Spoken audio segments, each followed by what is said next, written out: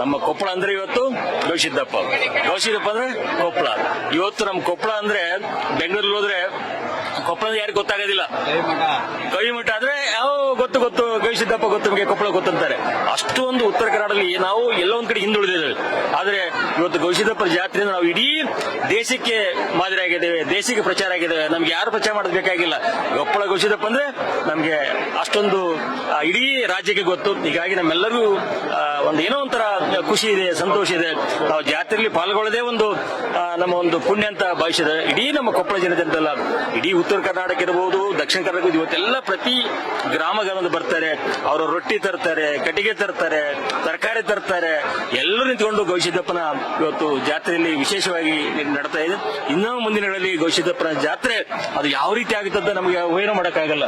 ಅಷ್ಟೊಂದು ಇವತ್ತು ವಿಜೃಂಭಣೆಯಿಂದ ಆಚರಣೆ ಮಾಡ್ತೇವೆ. ಕೊಪ್ಪಳ ಒಂದು ಅಜ್ಜವರು ಸಿದ್ಧಗಂಗಾ ಮಠದ ಅಜ್ಜವರಿಗೆ ಮತ್ತು ಸಿದ್ದೇಶ್ವರ ಸ್ವಾಮಿಗಳ ಅಜ್ಜವರಿಗೆ ಹೋಲಿಕೆ ಮಾಡಿ ಹೇಳಿದ್ರು. ಅಂದ್ರೆ ಆ ಶಕ್ತಿ ಐತೆ ಅಂತ ನೋಡಿ. ನಾವು ಸಿದ್ಧಗಂಗಾ ಅದು ಪವಿತ್ರ ಕ್ಷೇತ್ರ, ಆ ಗುರುಗಳ ಬಗ್ಗೆ ಮಾತಾಡಲಿಕ್ಕೆ ಆಗೋದಿಲ್ಲ. ನಮ್ಮ ಸಿದ್ದೇಶ್ವರ ಸ್ವಾಮಿಗಳು ಅವರ ಒಂದು ಪ್ರವಚನದ ಮೂಲಕ, ಅವರ ಜ್ಞಾನದ ಮೂಲಕ ಇವತ್ತು ಭಕ್ತರಿಗೆ ಅವರನ್ನ ಚಾಪ್ ಮಾಡಿಸಂತವ್ರು. ನಾವು ಇಲ್ಲಿ ಒಬ್ಬರಿಗೊಬ್ಬರು ಯಾರಿಗೂ ಕಂಪೇರ್ ಮಾಡಬೇಕಾಗಿಲ್ಲ. ಅವರ ಸ್ವರೂಪದಲ್ಲಿದ್ದಾರೆ 100%. ಎಲ್ಲ ಸ್ವರೂಪ ಇವತ್ತು ಸಿದ್ಧಗಂಗಾ ಸ್ವಾಮಿಗಳ ಸ್ವರೂಪ, ಸಿದ್ದೇಶ್ವರ ಸ್ವಾಮಿಗಳ ಸ್ವರೂಪ, ಎಲ್ಲ ಪರಮ ಪೂಜ್ಯರ ಸ್ವರೂಪ ಅಂದ್ರೆ ಇವತ್ತು ಗವಿಸಿದ್ದಪ್ಪ. ಇವತ್ತು ಗವಿಸಿದ್ದಪ್ಪ ಅಂದ್ರೆ ಗವಿಸಿದ್ದಪ್ಪನೇ ಸಾಟಿ. ಹೌದು, ಒಂದಲ್ಲ, ಆರೋಗ್ಯ ಸೇವೆ, ಅನ್ನ ಸೇವೆ, ಆರೋಗ್ಯ ಸೇವೆ, ಶಿಕ್ಷಣ ಸೇವೆ, ಎಲ್ಲ ಸೇವೆಗಿಂತ ಪ್ರತಿಯೊಬ್ಬ ಭಕ್ತರನ್ನ ಅವರು ತಮ್ಮ ಮಕ್ಕಳಂತ ನೋಡ್ತಾರೆ, ಕನಿಕರನ್ನು ನೋಡ್ತಾರೆ, ಹಸಿದವರಿಗೆ ಹೊಟ್ಟೆ ತುಂಬಿಸ್ತಾರೆ, ಪ್ರಕೃತಿಯ ಸೊಬಗನ್ನು ನೋಡ್ತಾರೆ, ಪರಿಸರ ನೋಡಿಸ್ತಾರೆ. ಎಲ್ಲ ಸಮಗ್ರವಾದಂತ ಏನು ಈ ನಾಡಿಗೆ ಬೇಕಾದಂತ, ಮನುಷ್ಯನಿಗೆ ಬೇಕಾದಂತ ಎಲ್ಲ ವಿಚಾರಗಳನ್ನು ಅವ್ರು ಮಾಡ್ತಾರೆ.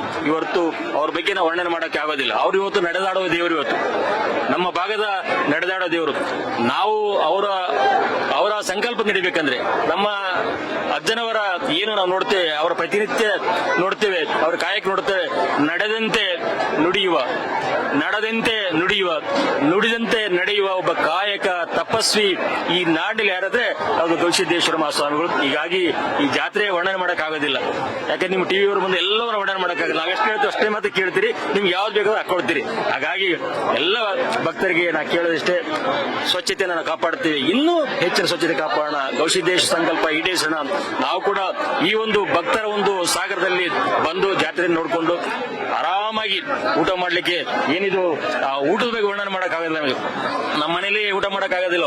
ನಮ್ಮ ಮನೆ ಬಹಳ ರೊಟ್ಟಿ, ಚಟ್ನಿ, ಒಂದು ಸಾಂಬಾರು, ಒಂದು ಪಲ್ಯ ಮಾಡ್ತೀವಿ. ಇಲ್ಲಿ ಏನು ವೆರೈಟಿ ರೊಟ್ಟಿ ಜೊತೆಗೆ ಪಲ್ಯ, ಉಪ್ಪಿನಕಾಯಿ, ತುಪ್ಪ, ಮಾದ್ಲಿ, ಮೊಸರು, ಬಜಿ, ಮೈಸೂರು ಪಾಕು, ವೆರೈಟಿ ಚಟ್ನಿ, ಇಂಥ ಒಂದು ಏನ್ ದೃಷ್ಟಾನ ಬಂದಂತ ಭಕ್ತರಿಗೆ ಯಾವುದಕ್ಕೂ ಅವಸರ ಇಲ್ಲ. ವಿಶಾಲವಾದ ಜಾಗ. ನಮ್ಮ ಅಜ್ಜವರು 76 ಕೌಂಟರ್ ಮಾಡಿದ್ದಾರೆ. 76 ಕೌಂಟ್ರು. ಆ ಕೌಂಟರ್ ಅಲ್ಲಿ ನಾವೇನು ಅರ್ಧ ಗಂಟೆಗೆ ಕಾಯ್ಬೇಕಾಗಿಲ್ಲ. 5-10 ನಿಮಿಷಕ್ಕೆ ನಾವೇ ಪ್ರಸಾದ ತಗೊಳ್ತೀವಿ. ನಮ್ಗೆ ಏನ್ ಬೇಕು ಊಟ ಮಾಡ್ತೀವಿ. ಆರಾಮಾಗಿ ಕೂತ್ಕೊಂಡು ನಮ್ಮ ಕುಟುಂಬ ಜೊತೆ ಊಟ ಮಾಡ್ತೀವಿ. ಇಂಥ ಸಂತೋಷ ನನಗೆ ಈ ನಾಡಿ ಇಲ್ಲಿ ಸಿಗ್ಲಿಕ್ಕಿಲ್ಲ. ಆ ಭಗವಂತನ ಗವಿಸಿದ್ದಪ್ಪನ ಆಶೀರ್ವಾದ ನಾವೆಲ್ಲರೂ ಇವತ್ತು ಈ ಜಾತ್ರೆನ ಬಹಳಷ್ಟು ಖುಷಿಯಿಂದ ಎಂಜಾಯ್ ಮಾಡ್ತೀವಿ ಅಂತ ನಾನು ಹೇಳ್ತೀನಿ. ನಾನು ಈ ಗವಿಸಿದ್ದಪ್ಪನ ಅಪ್ಪಟ ಭಕ್ತ, ಅಭಿಮಾನಿ. ನಾನು ಕೊಪ್ಪಳದ ಸಿ ವಿ ಚಂದ್ರಶೇಖರ್. ನಮಸ್ಕಾರ.